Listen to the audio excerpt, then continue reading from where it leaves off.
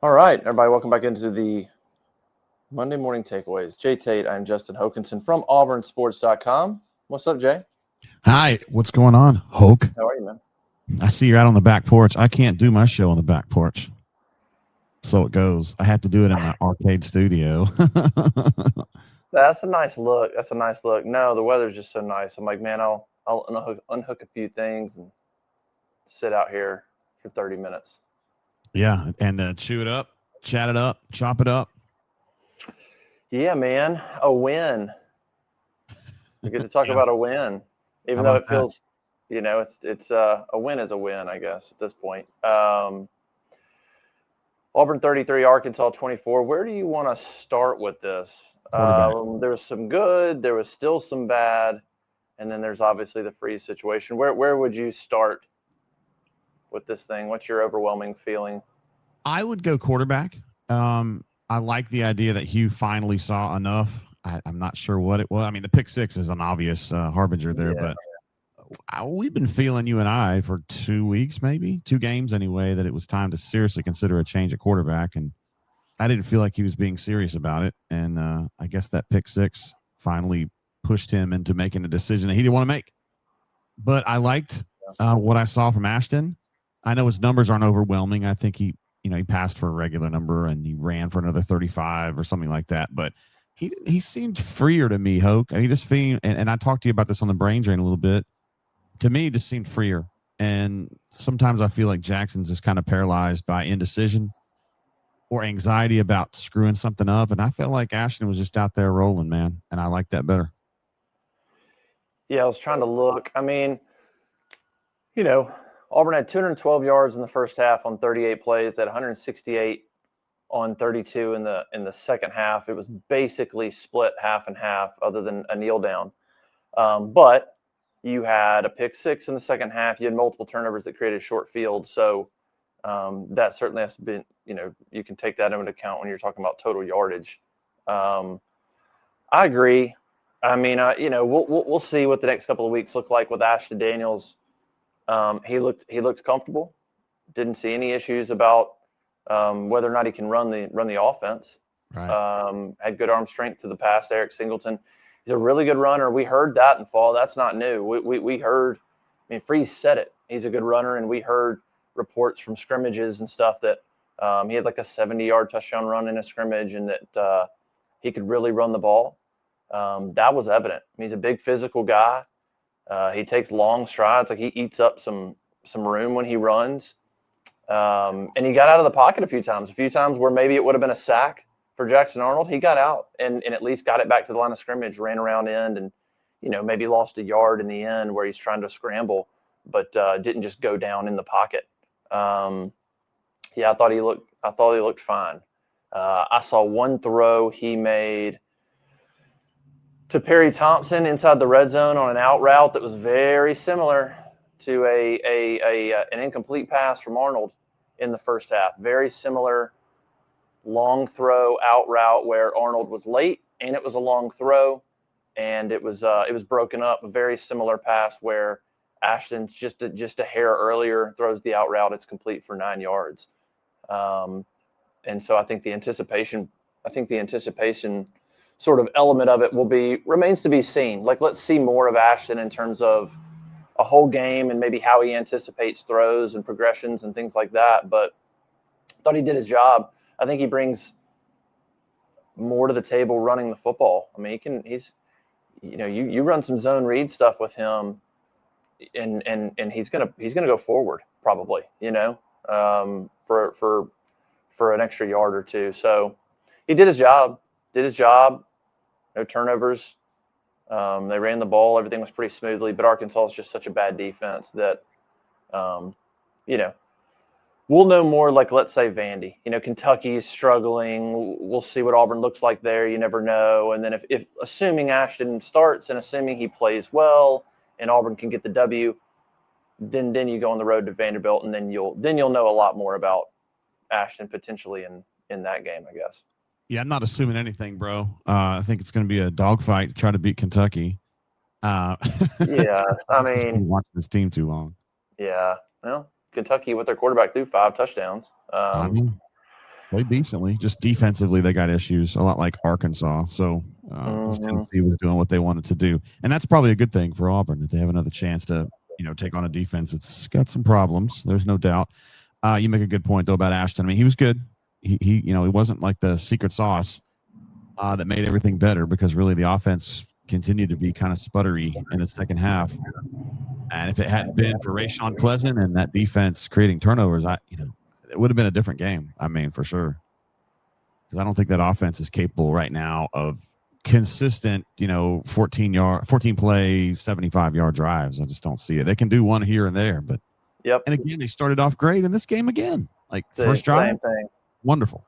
Same thing. I was even saying it on the board and like some comments on X when I'm like, here we go again. Auburn's off to a good start. We've seen this 3 games in a row, but we'll just wait and see how this plays out because again, we've seen it before. And they had a couple of good drives. I mean, the first couple of drives were good, and then really they had a 3-and-out, and then it was the drive that Jackson threw the pick 6. Like he had one drive that was the 3-and-out that was just the inexplicable. Auburn's running the ball. Arkansas scores to go 10-7. They've got some momentum. And instead of coming back out and doing what you do well and running the ball to sort of settle things back down, you come out and throw the ball 3 times in a row. And that was the 3-and-out. And then the next drive, they went 60 yards all on the ground, and then the RPO disaster for Arnold. So he really had like one bad drive and a bad play. But at this point, his leash was pretty short, and that pick 6 will do it, man. That was a bad decision on his part. Super bad. We were talking about this on the drain too. Like, okay, so Ashton, there was talk from Freeze the last couple of weeks that he wants to preserve the red shirt on Ashton. Obviously, that's 1 game down. He can play 4, but now they got, including that game last night, that's 5. And he's gonna have to skip a game, I guess. Maybe the Mercer game he sits out, and the bowl game he sits out. Is that if they were to get to a bowl game? Yeah, that's true. Well, yeah. Do the bowl games count? I don't know. I thought they didn't, but again, the way the rules change, it's hard to keep up these days. I thought that they changed that a few years ago, that the bowl games are free and clear to do what you want. Bowl games don't count, Zach says. Okay. I posed this question on X last night because it's just an interesting scenario. I mean, I think some people took it the wrong way. They were like, well, if we're worried about Ashton being the guy next year, we got bigger problems. I'm like, no, that's not really the debate. The debate is, I think that Ashton is a good enough player. He's played enough football. He's clearly a good kid, mature kid. You want him to come back next year and be a part of the room, I think. Whether or not you think he's like the guy, that's not really what we're talking about. And I don't think anybody, including you or I, is saying that. There's no expectation that it's like, when we're talking about this, it's not they need to preserve his red shirt because he needs to be the man next year. No, that's not what I'm saying. I'd like him to come back, and I think Hugh Freeze, if he's the coach, would like him to be a part of the room next year. I think he brings value as a part of the room. And so that's what you're thinking about. You're going, well, Deuce, we don't know what Deuce is going to do right now. Jackson, we don't, not only do we not know what he was going to do, we don't even know if we want him to come back if we're just done with him. So then you're like, Ashton becomes pretty valuable to at least be a part of the room. And then that's where you get into the conversation of how you handle these next few games. And I think it's pretty cut and dry. You just don't play him Mercer. I mean, I don't know. You just don't play him Mercer. There's a lot going on. I really hope they don't get super short leash with Ashton. Like Jackson's had a bunch of games, right? Don't come out against Kentucky and have a few bad drives and start going, oh, well, maybe we made the wrong decision. No. Like, give Ashton the same room to grow you did, Jackson, the same room to make mistakes and all that. I certainly don't want to watch Ashton go out and like they did Hank Brown, you're the guy, game and a half. Whoop, just kidding. Peyton, you're back in. Like, I don't want that to happen. I want Ashton to get his chance. But yeah, I think you just don't play him Mercer and you play either Jackson or Deuce. I don't know. I don't know what you do there. I don't know the Mercer game. I don't know if you go back to Jackson and go, hey, you want this game. It's a weird situation. It's a weird because, Jackson's going to start going, Well, okay. I mean, I'll play it, but like, do y'all even want me next year? I mean, you're already thinking those things if you're Jackson Arnold, um, which is a weird place to potentially get thrown back into the mix to go start when you're like, okay, they're clearly trying to preserve this other guy's red shirt because they want him to be a part of the room. I don't know where I stand, but yeah, sure, I'll go start the Mercer game. That's a weird place to be for Jackson Arnold. And if you're Deuce Knight, it's a different scenario. You're going, I've put nothing on film. Do I want to go out in the Mercer game? That's my only film. Like if Deuce is thinking about hitting the portal, let's say, I'd rather have no film. I'd rather go to the portal on all potential, just nothing but potential on what I could be. What if he goes in the Mercer game and it's like, yeah, so, because he's not quite ready, but like they toss him out there and he plays so, and then you potentially could hurt your stock if you're Deuce Knight, and you don't play awesome. Like so, there's a lot of things I think to think about both from Hugh Freeze's perspective and for Jackson and Deuce's perspective, if that's the scenario of let's not play Ashton and preserve it and let's figure out these other two. I'm sorry to be long-winded, but I think it's a complicated situation. Like it is. I've been covering Auburn since '98, and I've never seen this situation before, where you've got like a red shirt situation, and we can't play in every game. It's just bizarre. But modern college football's got some unusual situations you got to deal with now. A couple of things from the game yesterday. They ran the ball well. You mentioned that at the top. Jeremiah, I think, averaged 5.5 to 6 yards a carry. I've got his numbers up here. Jeremiah finishes 28 carries for 153. And it's good to see the 28 carries. I mean, I didn't think he was capable of that because he usually gives Jeremiah 10, if that. But, they had some hard-headed drive situations there right before Jackson got subbed out. But then when they came back, they were running that football, and they were just bludgeoning at Arkansas. It was almost you had to be intentionally obtuse to not run the ball against them. And, it was good to see Hugh do that for once. I wonder when he gets into some tougher sledding, maybe against Kentucky, certainly against Vanderbilt, if he's going to abandon it again. I suspect that he will. But he's got a run game that works, and he's got an offensive line that can get the job done. So I don't know why he continues to slide away from that. That's the difference between him and Gus. Gus is, run heavy. He runs too much, and then Hugh doesn't run enough, and you can't find this middle ground. We did this last year, right? Remember it's the same thing, and then out of nowhere in Lexington, boom, Jarquez Hunter just went off. He got all the carries, this massive game from Jarquez Hunter, and you're like, there it is. And then it didn't last. You know what I mean? It went right back to. So it'll go back. Arkansas's rush defense is so bad that by the way, Auburn's played two teams this year that are just adamant on playing two high safeties. Baylor and Arkansas did the same thing. Arkansas played those two high safeties. Auburn would have liked to have run the ball anyway, and you made it even easier for them to do it. Very confusing on why you would do that. But I was looking, Jeremiah Cobb is now second in the league in rushing, total yardage. He's both total yardage and yards per game. He's just ahead of Mike Washington at Arkansas. He's about 200 or so total yards behind Ahmad Hardy, but he's got 42 less carries.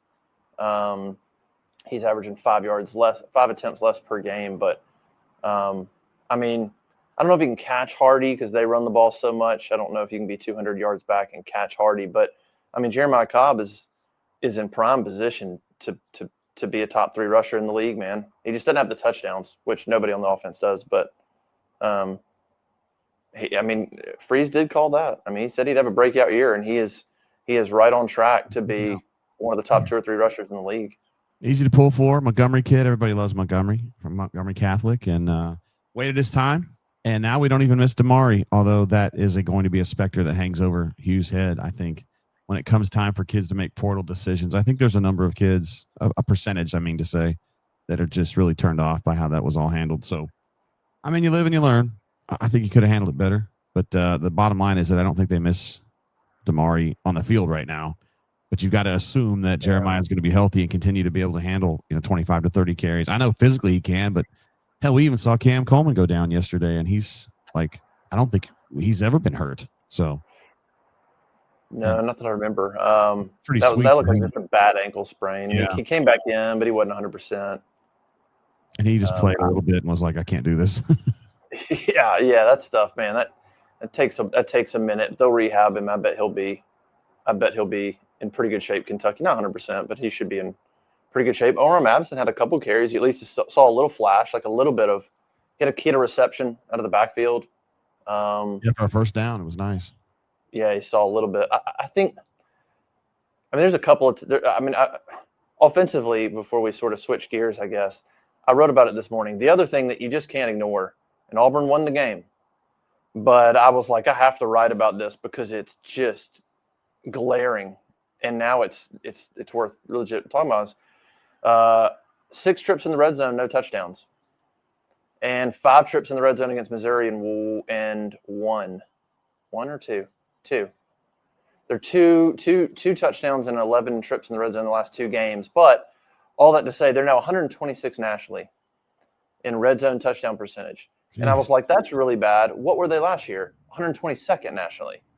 Dead last in the league both the last 2 years. And you just, McPherson saved the day yesterday, which good for him. So proud of him. But it's such an indictment on Hugh Freeze and really play calling. I mean, red zone's play calling. Red zone is it's condensed, so it's not always about talent. It's not always about. It's like you got a short field and you got to really dial some stuff up to be efficient in the red zone. And they are arguably the worst red zone offense in terms of touchdowns in college football over the last 2 games. The only other team that was as low as Auburn last year and currently this year is Northwestern. That's it. There's nobody else that was where Auburn was, 126, 130, those rankings, is anywhere close to that bad again this year, except for Northwestern. So you're talking about arguably the worst red zone touchdown offense in college football. It's really bad the last 20 games and the last 8 or the last 13 SEC games. Well, if we asked him tomorrow, let's say, what if we ask him, hey man, your red zone offense sucks? He'll just say, we need to execute better. That's what he'll say. Yes. And that just bores me. Like, we need to call some better plays too, Hugh. You're the lowest performing $7 million a year play caller in America outside of Chip Kelly. And he doesn't even make that much. He's got to step his game up, which, we're past that. There's people still in the bunker that are like, why is he not already fired? And I don't know how I feel about it. I don't necessarily think he gained anything from firing him right now, but I mean, I don't think he's going to make it. I still don't think he's going to make it. I don't think they played great yesterday. They just played a bad opponent. Yeah, for sure. I mean, you got to take it into do what? One touchdown yesterday? One? None. No offensive touchdowns in the second half. That's right. It was the first drive of the game. That's it. So. Yeah, and and I hate to rain on the parade. It's like it's a win. I literally just wanted to go on the board and be like, y'all just log off for a night. You deserve it. Just log off. But yeah, Arkansas's not good. Defense did their job.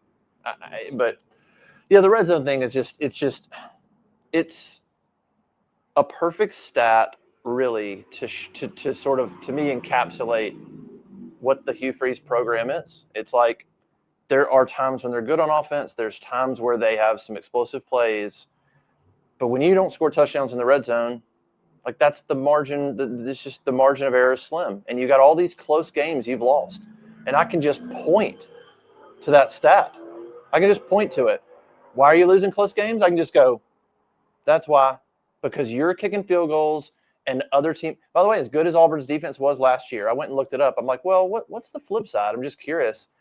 Because Auburn's defense was good last year, right? You and I would say they were good. Yeah.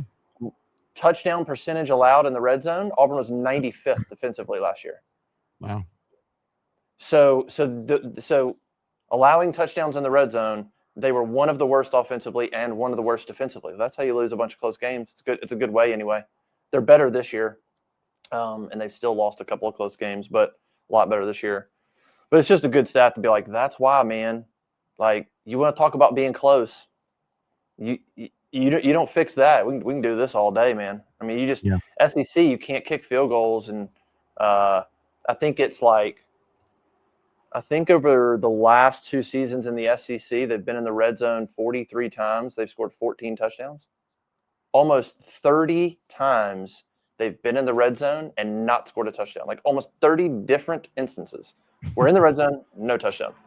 That's a lot, man. That is a lot of times to not score a touchdown. So that's there was no talk about a coordinator change last year. Like, we're not going to bring in somebody else. Like, I no, know.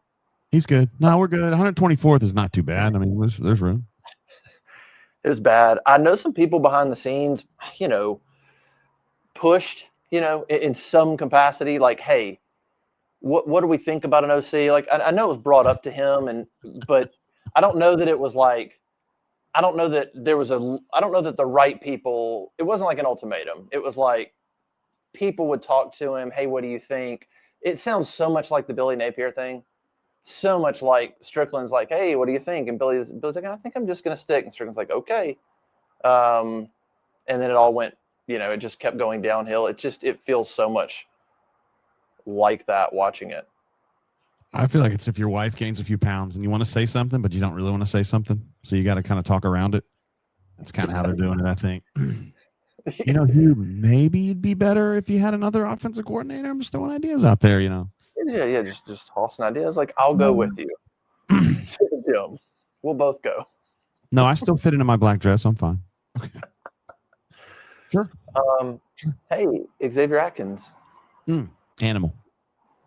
Absolute animal. I had to put him on the stock risers report, even though his stock is pretty damn high. But he needs a special category. He does. He needs to be like the emeritus. Another amazing game from him. I think he had 14 tackles total. Had a forced fumble, had 4 TFLs. I mean, he's just an absolute stud. I don't know what to tell you. He's got the secret sauce, the special sauce you want to see, and Auburn's linebacker, you, and he's one of the best. I can only think really right off the top of my head, one linebacker, that'd be Carlos Dansby, that I would take over him that I've ever covered here. Quite a big statement. That includes really good ones, including Dontarius Thomas and Josh Bynes.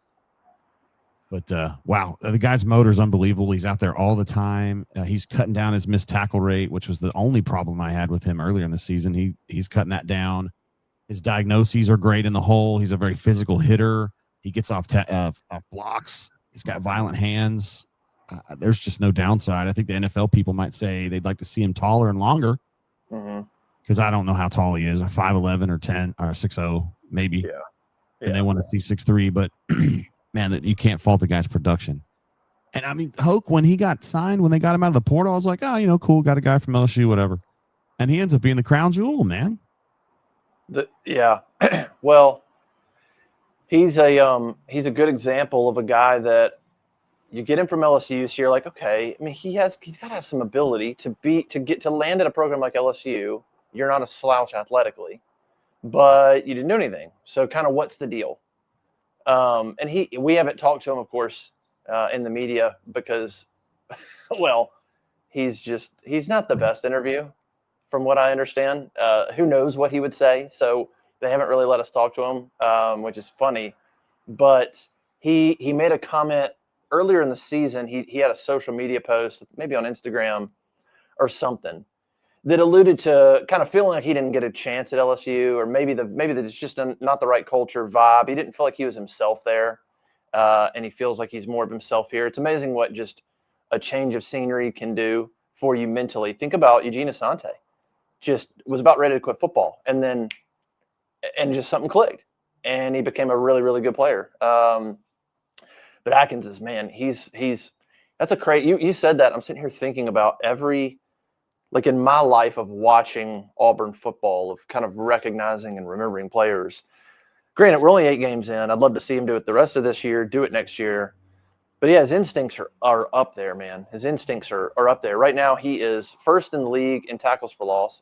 He's second in the league in tackles, and he's third in the league in sacks. He's the only one that's in the top 3 in all 3 of those categories. He's got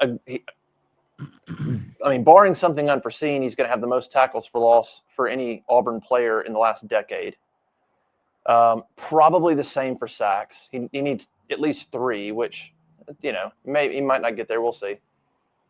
And then probably won't pass Deshaun Davis's 116 tackles in 2018. But if he plays the last 4 like he just did the previous 4, he's got a chance. I mean, so you're going to look at one of the most dominant defenders that Auburn's had in the last decade if he keeps this up the rest of the season. First team All SEC, he better be. I don't care what Auburn's record is.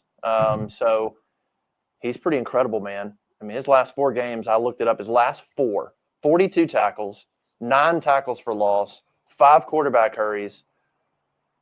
5 sacks, 4 quarterback hurries, 2 forced fumbles, and an interception that basically counts for 7 points because he got it down to the 1-yard line in College Station and they punched it in. So he's basically responsible for Auburn's only touchdown in that game as well. So thought it'd be Keldrick Faulk. Thought this Keldrick Faulk would be like this guy this year statistically and dominant. But it's been Xavier Atkins has been unbelievable. Yeah. I still love Keldrick. I mean, I still think he's going to make a whole lot of money, and he's a terrific football player. It's just that Xavier's just been so insane that we're talking about him in the same group as Carlos and Takeo and Freddie. Yeah, it's just Takeo might be. That's a great conversation, by the way. Like Takeo might be just in my life of watching, which is basically, let's call it 95 on for me, 10 years old on for me. Takeo's probably number 1. Like athletically, instinctually, Carlos and Takeo. You could make an argument. You could go back and forth between those guys, but past that, there've been a lot of good ones. A lot of good ones though that you look at like T-Will and stuff that you're like amazingly productive, but would you love him to be a little taller or a little longer? Yeah, that's kind of where Atkins fits in. But yeah, it's an interesting conversation of if he stays another year. I brought this up on the board too, by the way. Here's an interesting conversation. Where does he start to rank in terms of players you want to retain next year? Well, he's high on the list, brother. Jeez. He might be number 1. I mean, he's the heart and soul of the defense. I really love Jeremiah Cobb. I love what he brings. And Cam, that's exactly. Obviously. Yes, Cobb was the other one that I think Atkins and Cobb have skyrocketed in terms of if I started to think about making a list of guys I want to retain. But how crazy is it that if I said you can keep Cam Coleman or you can keep Xavier Atkins next year, you can't have them both. I'd probably take Xavier. The fact that we're even thinking about that's pretty wild. It's not really a knock on Cam. No, he's a badass. And we found out yesterday how tough he is too. And the touchdown catch yesterday. Oh my God. Like we see him do that in practice somewhat routinely, but to do it in a game is a different deal. And I remember back when Freeze called that. Go back to as a freshman, and I remember specifically Freeze saying his ability to track the football in the air. I remember him saying it because it was an interesting comment and it was a very specific compliment of Cam Coleman because his ability to track the ball in the air is as good as I've ever seen. And that's exactly what we see. When you make that kind of catch, I mean, the focus, the eye-hand coordination, but the focus to catch that thing, you're getting pulled, you're getting held, all that stuff's going on. But his ability to track the football and watch it in and make a catch is crazy. That was the only touchdown, was that acrobatic catch. Not a bad throw, by the way. I thought it was a decent little put it back shoulder, let him try to make a play. If he wasn't getting held down, he probably just goes up and catches it. I thought, but yeah, I thought Cobb would be in that list as well with Atkins of guys that you have to retain. They'd be at the top for sure. There's just not a lot of guys, even in the NFL, that can make those kinds of catches consistently. So, I mean, I'm thinking about like Tate McMillan for the Panthers does stuff like that, and Deebo Samuel does some stuff like that. I mean, there's just a handful of them. Devontae Adams in his prime. I mean, Cam's got a chance to be somebody like that. He is dirty. So there they go into the Kentucky game, and we figure they're going to be able to win that one because Kentucky's got defensive issues similar to Arkansas, and Auburn could take advantage of that. But all of a sudden, you start looking at the season, you say, Vanderbilt's going to be a tough one. Alabama, obviously, going to be a tough one. They pulled their game out at South Carolina yesterday against all odds. And I don't know. I still think it's going to be really tough sledding for Hugh. And I think it's going to be a tough argument to keep him in lieu of all the trouble that they've had on the field. Yeah, I don't disagree. I mean, I know the people you talk to and the people I talk to who are not the same people. We couldn't find anybody between me and you that was like, he's got to go. Like, not zero. Like, nobody. yeah. And I thought if they lost at Arkansas, that's certainly the kind of loss where some people on the fence would go, okay, I can't defend it anymore. But that didn't happen. And so the other thing, man, is you look at it. I don't know. I just continue to think it's not quite a foregone conclusion. Who knows what the feeling is? If they beat Kentucky, cool, great. Go to Vandy. Let's, it's really good. Let's say they lose. What happens? You have a bye week, right? Is the bye before Mercer? Yes. Okay. There's where that's the next, I think, inflection point. And, well, unless they lose to Kentucky at home, that would be really bad. Assuming they beat Kentucky, go to Vanderbilt, lose, you have a bye week. That's the next point you go, all right, man, if you're going to make a move, you got 2 weeks to prepare. It's just 2 games. Durkin can handle being interim for 2 games. But the thing, I go back to what we talked about a few weeks ago. The thing about firing in the middle of the season, if the team hasn't quit and you're right there, what are the benefits to firing mid-season? I could go have a conversation with proxies with John Summerall whenever I want. I don't need to fire Hugh Freeze to reach out to John Summerall to get an idea of what his contract might be, to get an idea of what kind of staff he might put together, or any other coach. I don't need to fire Hugh. Like, now, if you want to do it the right way, yes, administration can't be talking to John Summerall right now. But I can have a booster talk to a buddy, talk to John Summerall. I can figure that stuff out. So it's probably already happened. Right. I don't know that I need to fire Freeze. Well, not that I don't know. I don't need to fire Freeze to learn some of those things about the guy.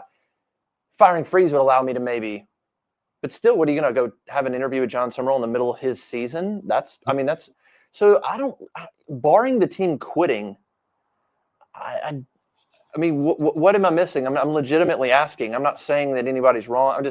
What do you gain by just firing them, naming an interim, throwing the whole building into chaos, because if you fire Freeze, who's calling play? You're going to let Nix and Austin hang around? You might as well get rid of a few people if you do that. I've talked about that before.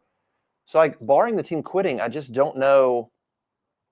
I don't know what you get about pulling the plug mid-season. Like, Florida fired Napier. That they're probably a season late on that, but I don't know. But that team was probably like playing worse than Auburn.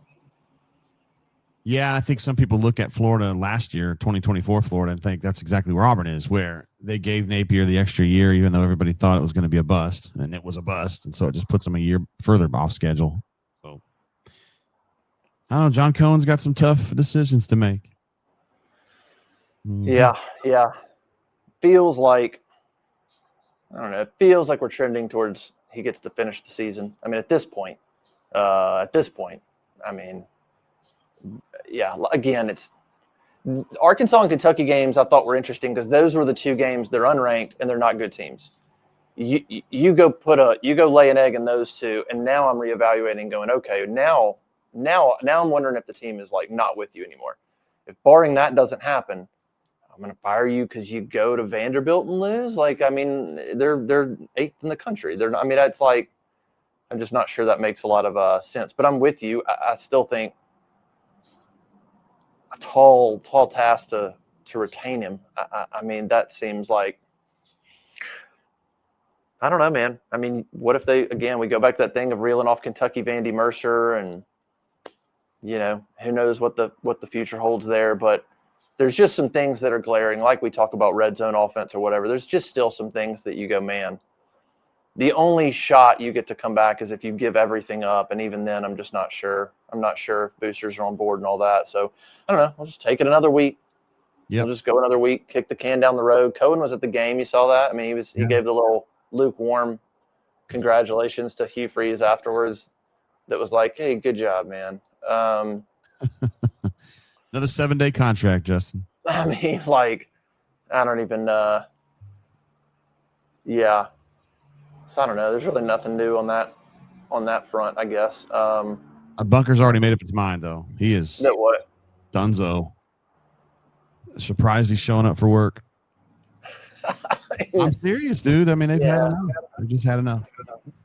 Probably, like, yeah.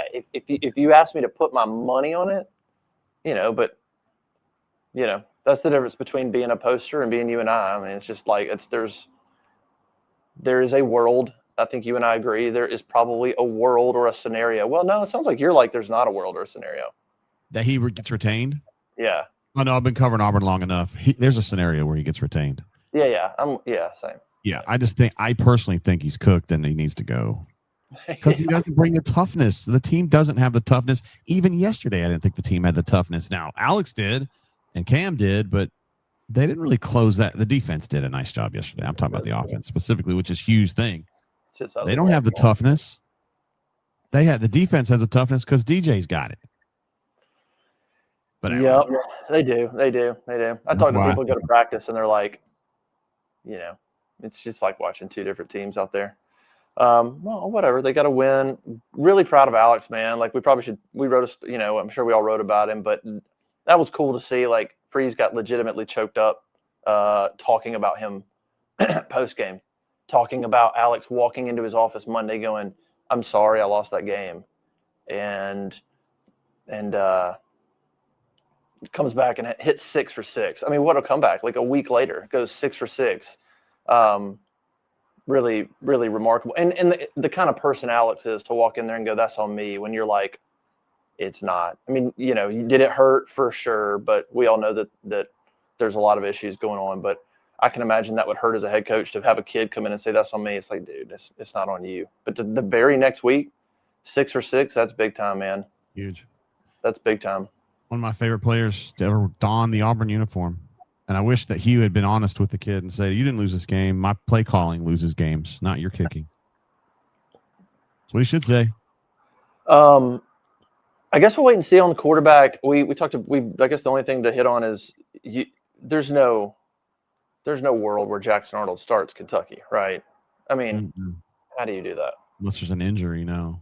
Yeah. So the question is, how long of a leash does Ashton get now? You mentioned earlier in the show that he should get a fairly long one because that's what you gave Jackson.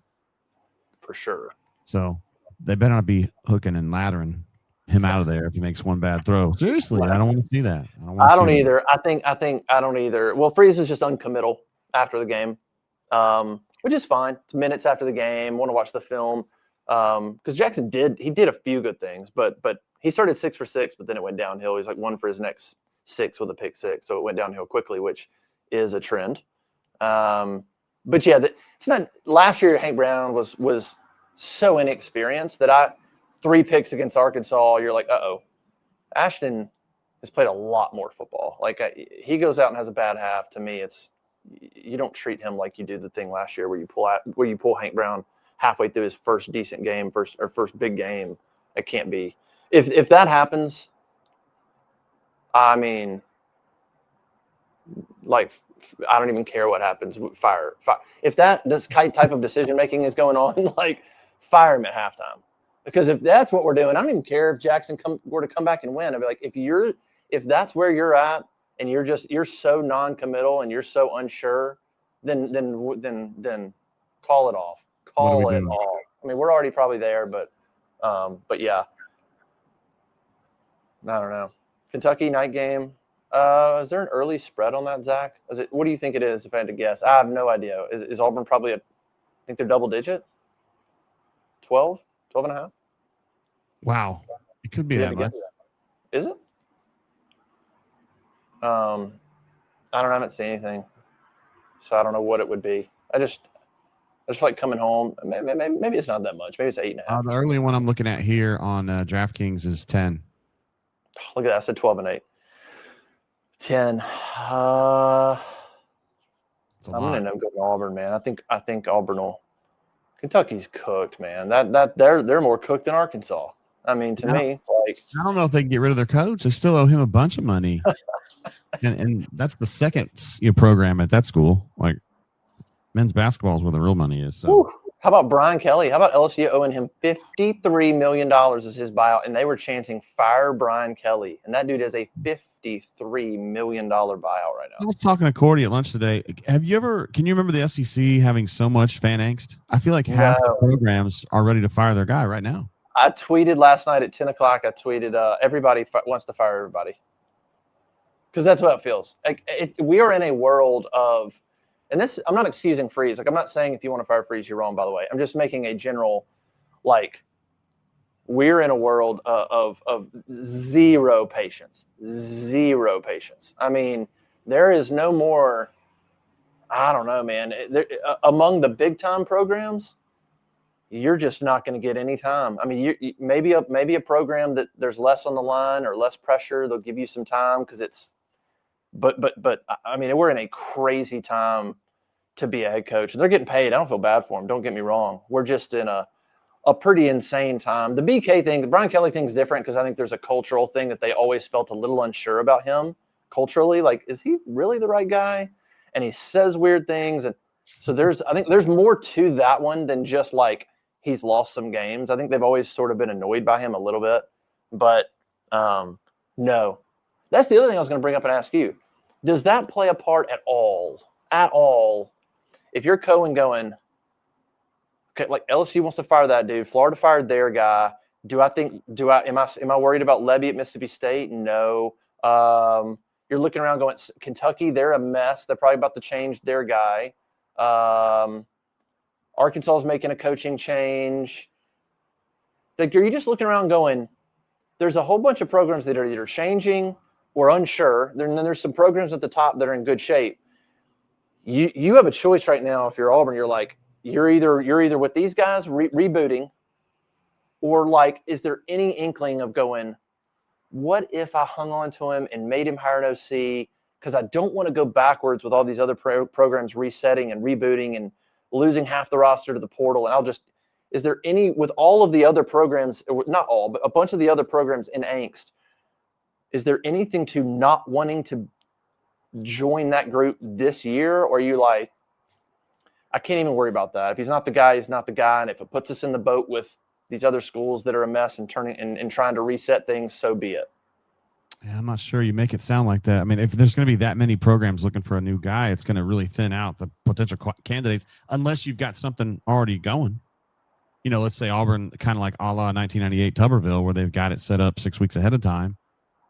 That was a special case because Bowden resigned on the 23rd of October, so you had a long time to go there. But you better figure it out. If you're just going to get on the open market on November 28th and just start from scratch, I don't like where Auburn stands on that. I think Auburn's a great program, but there's going to be some other ones. I mean, Florida's a great program too. Isn't it crazy that you think about there's not a lot of SEC programs that are stoked about their head coach, but the ones that are in the state of Mississippi. Ole Miss fans love Lane Kiffin. Mississippi State's really happy with the way Jeff Lebby's playing. I know they had a he blew that one though. They blew that one. But they've been playing a lot better football. Oh, no doubt. No doubt. Never thought Mississippi State and Ole Miss would have the happiest fans. You know what I mean? Like, but that's where we are. Anyway, I don't want that to sound like I'm saying don't fire Freeze or a defense. I just noticed that last night watching LSU fans just be done with Brian Kelly, and I'm like, he's won some games. Like, what are we doing exactly? I mean, I get they lost. They got crushed. But I'm like, this guy's they're not 0-for in the league. Like, we're watching some of that happen. I was just kind of like, we are in a new age of upheaval with a coach. You get no time to do it. But I think if you feel like you got to do it, you got to do it. Because what you don't want to be if you're Auburn is kick the can down the road next year and then be in this boat. Because what if you do have a number of programs? Well, you got Florida, Arkansas, whatever. But if you do have some programs sort of make a change and then you do it next year, now you're just a year behind everybody else. So, I mean, you could make the argument both ways. So I would just say whatever it takes to get John Summer, I'll do it. I think that's the consensus. I mean, it seems to be. And what do I know anymore? Like, I'm tired of evaluating. How many coaches have you been like, nice hire? And you're like, what happened? I don't even know anymore. I mean, I feel like Summerall would probably be cool. I mean, that's fine. That's fine. I'd give it a shot. I mean, I don't know. I mean, I don't know what the future holds, but I like the guy's mentality, like his attitude. For sure. I mean, yeah, I'd probably be on board with that. So I don't know. All right. Did we hit on everything? Yeah, I think so. Okay. All right. We'll come back next week. We'll see what happens. Auburn, Kentucky, 6:30, I think. Next Saturday night, SEC Network. Just try to turn one win into 2 wins. Just turn 1-0 into 2-0 and take some semblance of momentum into Nashville, where I think Auburn will be in that game. They'll be in that game. They'll be in it. Yeah. Vanderbilt's really good, really well coached, but they're not so superior that they're going to just blow you out. They're not going to blow. I mean, I don't, But anyway, take it one at a time. Auburn, Kentucky next week. Appreciate everybody joining us. AuburnSports.com. Thanks for watching. Subscribe to the YouTube channel. All that good stuff. And we'll see you next time.